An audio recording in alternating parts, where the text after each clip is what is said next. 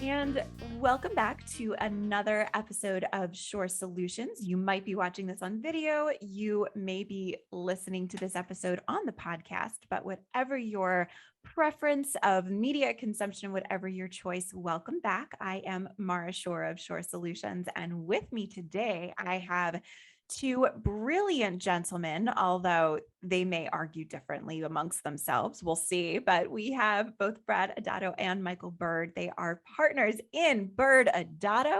And they are honestly two colleagues that we are absolutely thrilled to consult with on an ongoing basis throughout the year. We share a number of clients, and quite possibly, I don't know that we could have gotten through the past year and a half without being able to connect with them on as regular basis as we have. So with that, gentlemen, welcome to Shorr Solutions, the podcast. This is certainly not your first rodeo.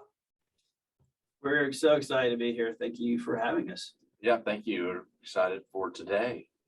Absolutely. And just so everybody knows who it is that they are listening to or speaking to, Brad and Michael, can you introduce yourselves separately? Sure. I'm Brad Adatto. I'm the brilliant one you were referencing earlier.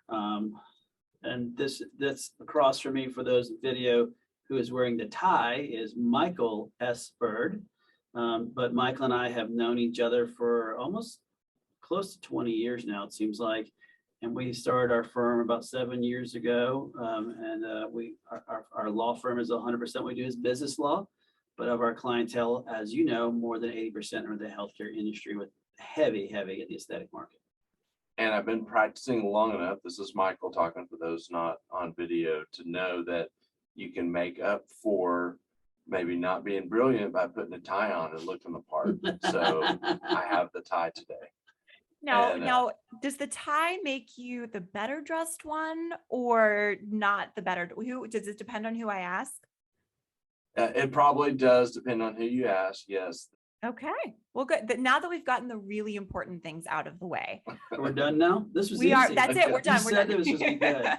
So we are really going to be speaking today on a topic that we're both dealing with, both here in Shorr Solutions, and you're dealing with this on the legal side, looking at some of the legal repercussions with your healthcare clients as well.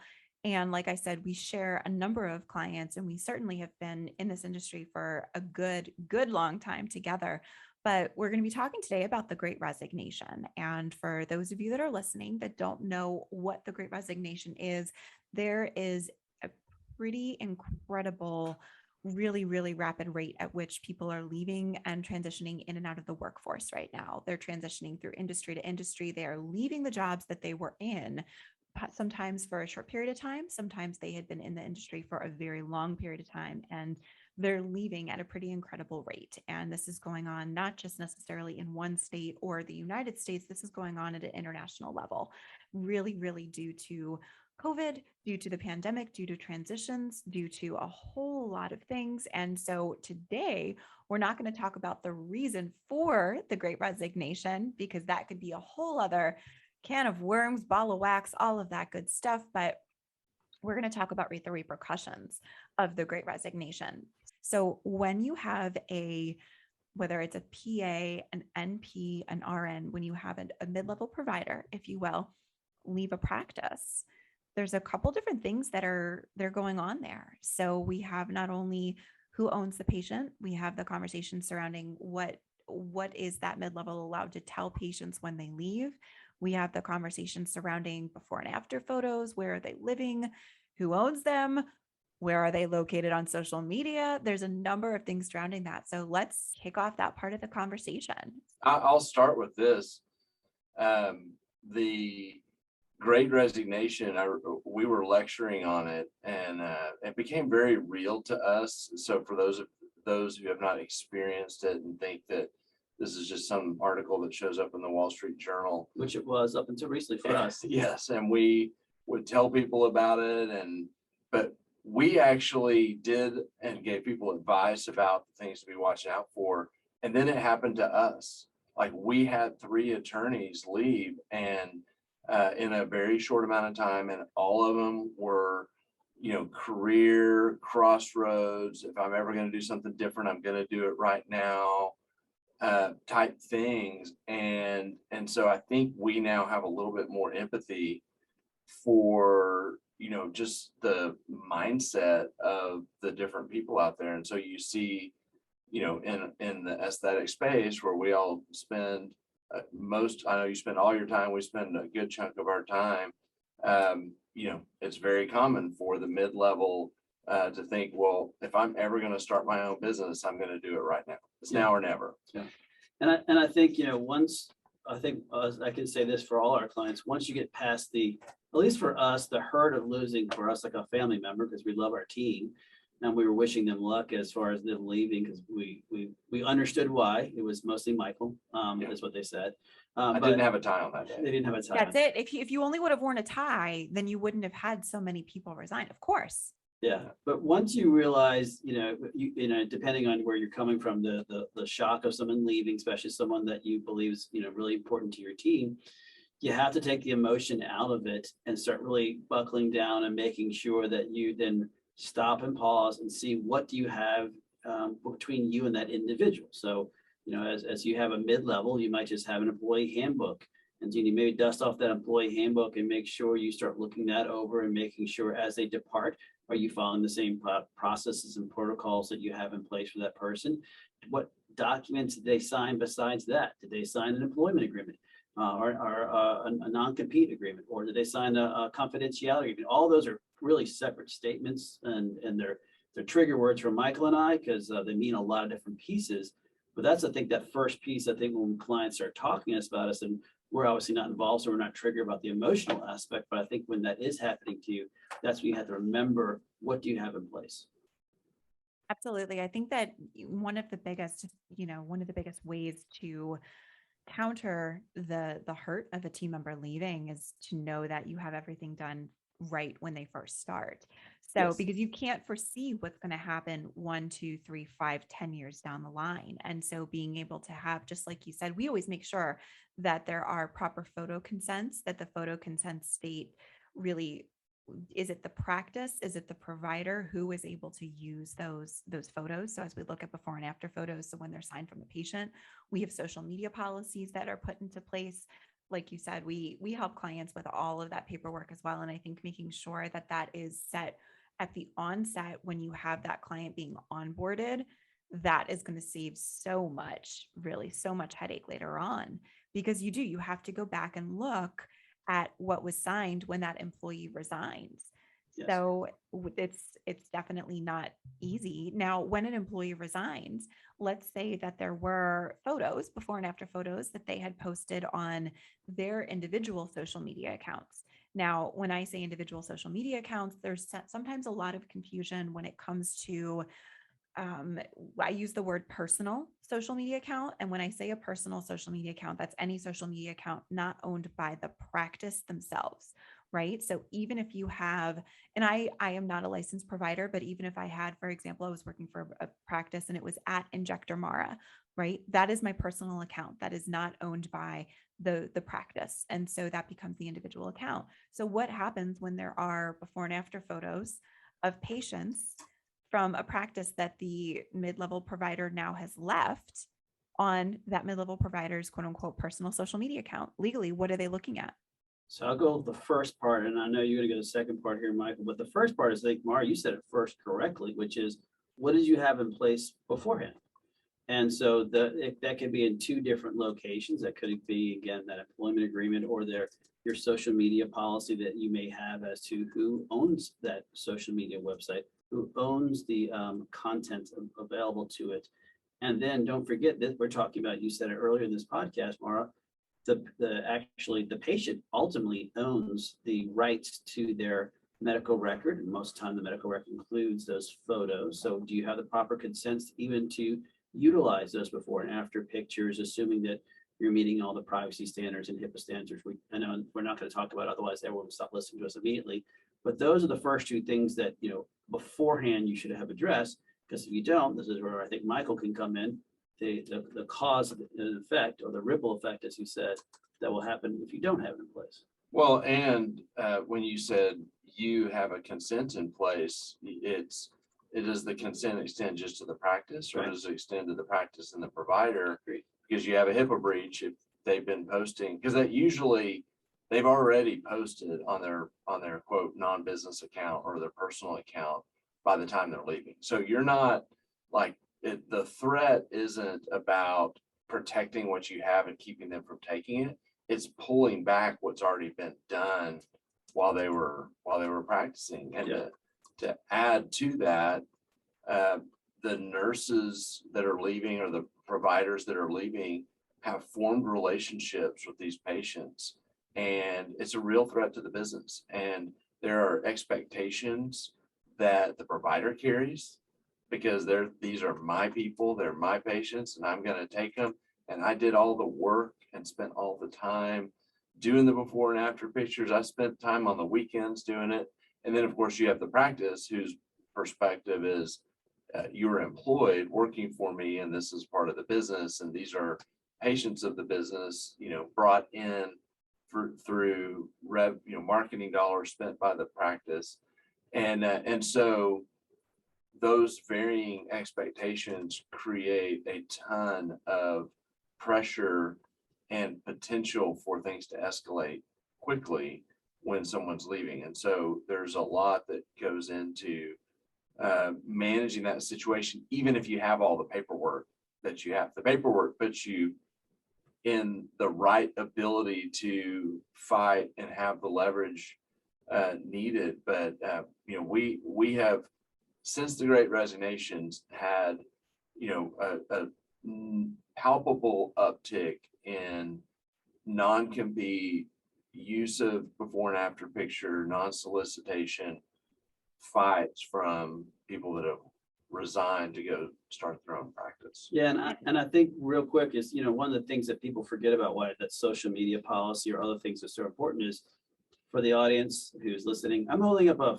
phone, and what does almost every single phone now have on it? It's got a camera on it. And so there's a number of times where the person is in the room, that provider, and they said, oh my gosh, I love what I did. Can I take a picture? The patient says, sure. They take a picture and they save it. Never share it with the practice. But then when they walk out the door, they said, well, no, this is not a practice picture. It's mine. I took with my camera. It's on my phone. And so again, that's where having that social media policy is important. And I will echo one more thing that Michael did say, Mara, and then I'll shut up, is I feel like at least once a week, one of us is either sending or receiving a cease and desist letter saying, hey, you took my practice's photos and you can't be using them, or hey, you took our practice's photos, you can't use them. So it's amazing how many different how many different times we're seeing this because of that Great Resignation. I would even say we recommend in this specific order that when a provider is employed by the practice, so photos have to go, number one, they have to be watermarked. All before and after photos need to be watermarked with the practice's watermark logo. They have to go onto the practice's account first, so the practice's social media account first, and then the provider is able to repost that content onto their personal. But it has to be watermarked. The practice has to be tagged. You have to say that this was a patient of the name of the practice. And so we're putting these safeguards into place, and that is in the social media policy that every team member will need to sign. And so we actually, any team member that is at all involved in social media for a practice, we make sure that they all sign that as well while they are with the practice, because we want to make sure that then if they don't have those before and after photos that are already living on their social media accounts, then it's much less likely to be an issue, because the only version that lives on their account is that watermarked photo. And you want that watermark to be in a place that it can't be just cropped right on out. So I'm laughing because both of y'all are speaking to a situation I've been dealing with this week, where the provider had it on their phone, number one, left it on social media, and they were watermarked. They maybe they're a client of yours. I doubt it, because I think we would have talked this week if it would have been. But the solution that the provider that left had to the threat of saying these are our pictures, you need to take them down, was not to take them down, but to remove the watermark. And so that she was posting the before and after pictures without the watermark onto her Instagram stories. And so that just made matters worse. Yes, and I'm sitting here, for those of you who can't see me, I'm just sitting here shaking my head. So this is, and it's honestly something that we run into all the time, right? All now, especially with the Great Resignation, it's something we're running into all the time. So it is beyond frustrating, and it's not a problem until it's a problem. So that's why the prevention is key, like anything else. I'm going to switch topics, all still within this glorious Great Resignation umbrella, but when you have that provider that leaves and now you have issues within the practice with the rest of the team, so to speak, right? So we're looking at, are things being overlooked because a team is now understaffed? That practice is now being understaffed. So certain procedures, protocols, things that that provider did, we go, oh, well, maybe it's not that big of a deal. We can skip it just this one time. Let's talk with, I'm going to talk with you about what are a couple of the things that you're seeing being quote unquote skipped just this one time that could really, really run into an issue down the road.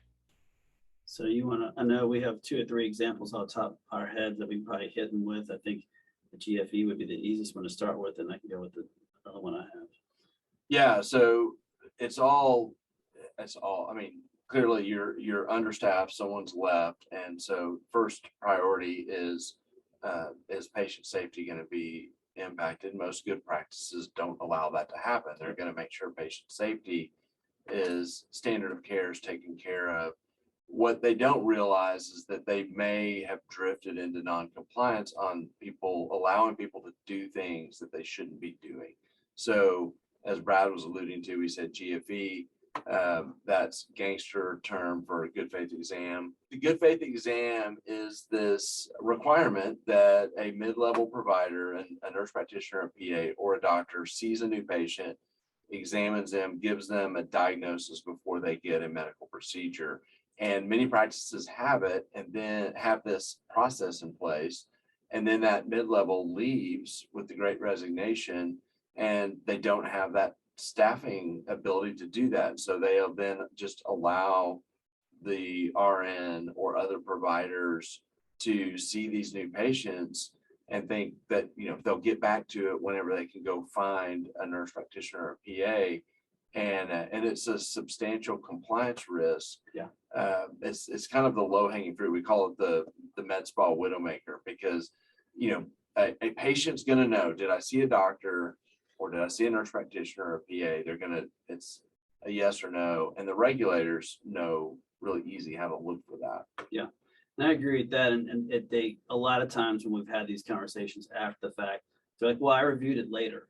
Like, well, that doesn't count. And we know that doesn't count because the medical boards have told us over and over that doesn't count. So that's definitely one of the ways we're seeing it. And again, it's not purposeful. They were set up compliant beforehand. And the other piece is that, this is the part that throws people off is, who could do what is a huge question is, oh, can my RN fire off this laser, or can my esthetician or a medical assistant do this injection? And that question is driven in every single state. It's going to be completely different. And in every single service, it can be completely different. So meaning that you could have an RN that can fire off a laser in one state, but then they can't inject. Don't ask me why. And then they say, but everyone in Texas says RNs can inject. Well, that's Texas. So that's the first thing to understand, is that you have a system in place, and your RN's been the person who's been firing off the cool sculpting machine in California, for example, been doing all the time. She decides to leave and move to Bora Bora because that's where she always wanted to live. But luckily for you, you have an esthetician who's been trained on it, who came from Texas, and you're like, okay, well, I'll just delegate it to that person to fire off this machine. And what we know about in California, the medical board says, no, it has to be a medical provider, RN or higher, who has to fire off that machine. And, how would they have known that? This person has their certificate, has done it for many years in another state without having a problem. And just that quickly, they're non-compliant. And they may have even graduated from Cool Sculpting University. Yes, even better. Or had their cool sculpting MBA. Yeah. Yes. And which is actually, it really is a thing for those of you that don't know. And by no means I want to make it clear, we are not bashing the amazing folks at Allergan/Abbey. We're not that cool sculpting. It is just, this is one example of a treatment that can be done by so many different levels, versus obviously there are certain procedures that can only be done by a surgeon, for instance. So let me jump in on that too. Yeah. So it absolutely has a huge role that's important to patient safety. People are getting trained how to use it.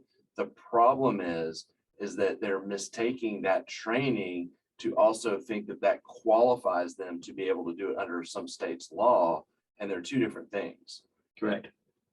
Yeah, and I agree, and that's a really good example. Is that I think the training we have our own podcast. You have a podcast. We think education and training is essential for any aspect of moving forward in life, and so having that training and education is crucial. You don't want to have someone ever touching a machine and providing a medical service if they don't have the training. So crucial, great, super important. Pause. Going back to something said at the very beginning, that doesn't mean that they can do it in your state. And that's a really hard conversation to have, especially with, as you said, with the Great Resignation. Also, you have you have people who said, I've always wanted to live in California, or I've always wanted to live in Nevada, or whatever it is. And so they have these same skills they've been using in a state that have been completely normal, completely fine, and they know all of a sudden overnight they can't utilize those same skill sets. So again, this is a state-driven issue. It's a medical board-driven issue. It's a nursing board-driven issue, and it's a cosmetology board-driven issue. So these are the things that we help. You have to, again, hitting that pause button, thinking about how does this apply to me now in this state. And we always recommend, because we have clients that we work with on a consulting basis, but at several different stages of their career. We have the person that is well trained, but they're going out on their own for the first time. They're opening up their very first practice. We have people that are in the middle of their career and they've been moving and grooving for 10, 20, 25, 30 years, and they are really well established in their practice and they're looking to just smooth things out, or they're coming up against issues. And we will also work with people that are at the end of their career and come to us saying, honestly, I'm looking to sell my practice in the next few years. And no matter what stage of your practice you're in, we consistently say that all of our clients need a strong healthcare attorney that focuses on our industry, which is, for those of you listening, that is why we work so closely with the folks at ByrdAdatto, and we work so closely with Brad and Michael, is because they deal with this all the time. Right? They deal with these issues day in, day out. That's why they said, ears must be burning, because we're dealing with that this week. So it's not our client, right? Coming back. I don't believe I've heard of some of these issues with our client this week. Some we have, but not the one you were referencing before. But the final thing that I want to touch on, and this is by no means an exhaustive list, it's just the list of things we have time to talk about today. When a practice is hiring a new team member, this is a question we get a lot. Can a small private practice require that a new team member be vaccinated for COVID-19? Can they, number one, require it? Number two, can they put it in a job posting? Number three, are they allowed to ask about it during an interview? And we always say, unfortunately, it depends, which is probably everybody's least favorite answer. But how are you instructing your clients to handle some of these things so that they aren't breaking, both HR and healthcare law? So you just thought you would slip that question in here at the very end? I did. I thought oh my gosh, Mara! I just realized it on that's in. all the time we have Give today. I defer to Brad on this one. Well, look, first off, the word "it depends" is a very good term that we learned in law school, because a lot of times, one thing we can say about being compliant is it's very fact dependent, and there's always obviously these shades of gray that you have to play around. And so this is an area of law that's relatively new, in the sense of we have federal rules that we typically have to look through. A lot of that has to do with sometimes OSHA, sometimes the EOC, sometimes the ADA. So all these different type of big federal laws that we have to look to for understanding. And then we have state laws. And then we have, again, going back to our medical board, nursing boards, and that we have to look to. And so, for instance, if this question came from a client of ours in California, we'd say, well, look, California, absolutely, if you're a medical provider, doesn't matter if you're paying with cash or being paid by the state government or you're employed by the state government, if you are a medical provider in California, you basically have to be vaccinated now. And I say basically, there's a few exceptions to that rule, but let's just keep it simple in that sense. We've had multiple conversations with clients of ours prior to even states mandating vaccination, saying, hey, I do not want anyone to work for me who's not vaccinated. And there is some weird laws that are out there based on some old. So I think there'll be a lot of new laws on vaccination requirements that'll be coming out soon. But a lot of old case law that's out there that basically says that so long as you have accommodations for individuals, again, this is before state mandates, meaning that if you're not violating their ADA rights, meaning that if you have a mandate that they have to be vaccinated, and so long as you accommodate them based on either a known health issue, and so it's now when you start really digging deep, and they can't say, well, I can't do it for health reasons. They actually have to prove up as to what that health issue is. So is the employer then able to inquire slash So as a require? healthcare employer, so there is some case law out there now on that.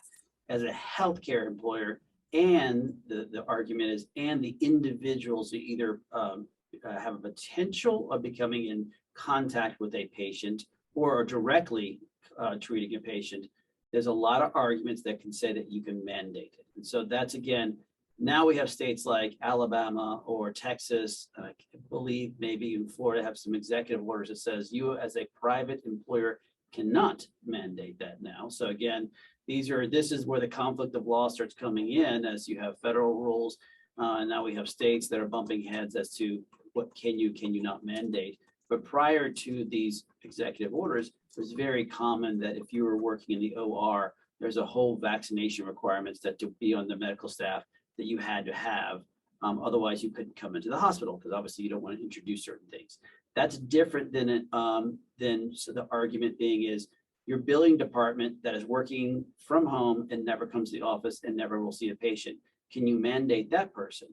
And there's a lot of arguments that that person, even though they're working for a healthcare entity, again, throwing out state law issues, would not have to be required to be vaccinated.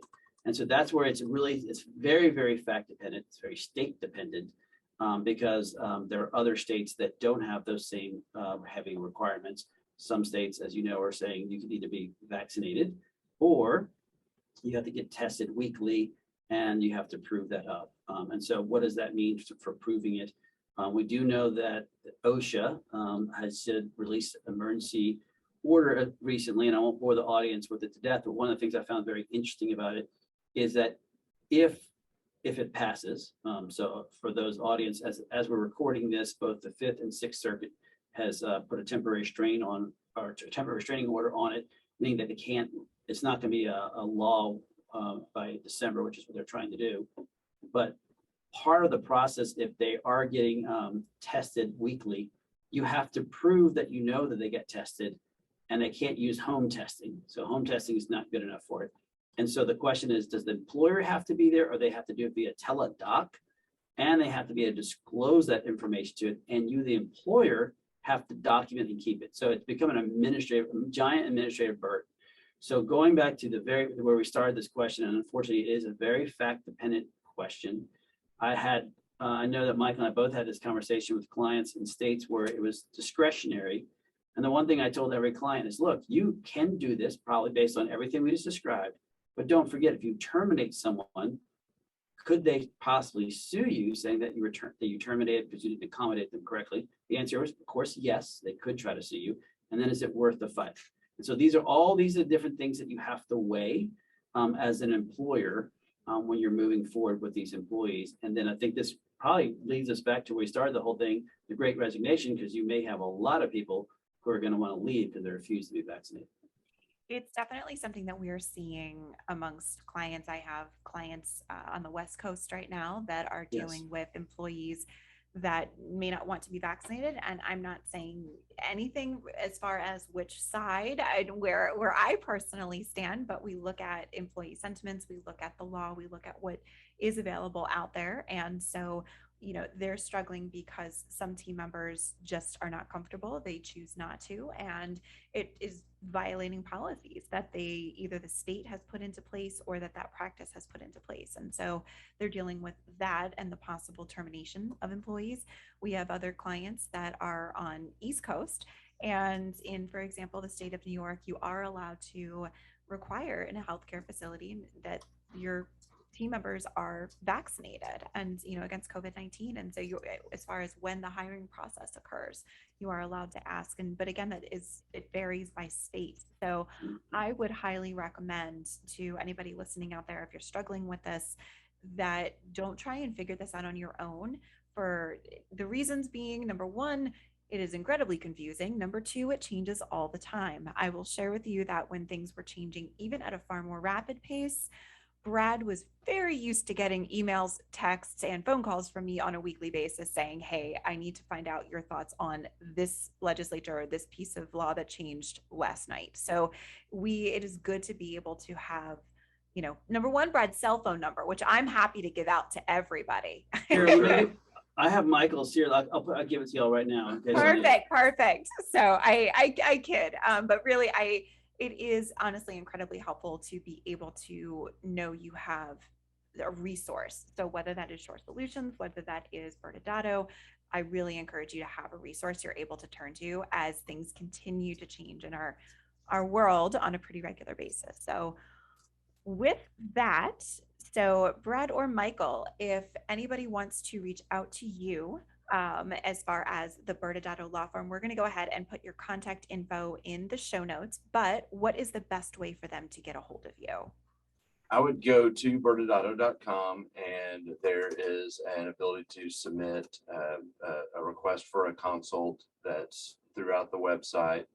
And then, of course, we have our podcast, The Legal 123s with ByrdAdatto. So if you want to learn more about Brad's superiority to me, then I was going to say, I was going to reach out and say that our favorite episode is the one that Jay and I were on. I was So just about to add that. Yes. that's the episode to start with, if you're going to start with any episode. Exactly. Season 2. Yes. Yes, season 2. So we talk all about dumpster fires. It's brilliant. Yes. So with perfect, and we will put the exact spelling of the website and all of the great information in our show notes as well. So with that, thank you, gentlemen, or Michael and Brad. Thank you, Ty and No Ty. Thank you so much for joining me today on Shorr Solutions, the podcast. You're a wealth of knowledge as always. Thank you. Thank you. Absolutely. And with that, thank you for joining us today for another episode of Shorr Solutions, the podcast.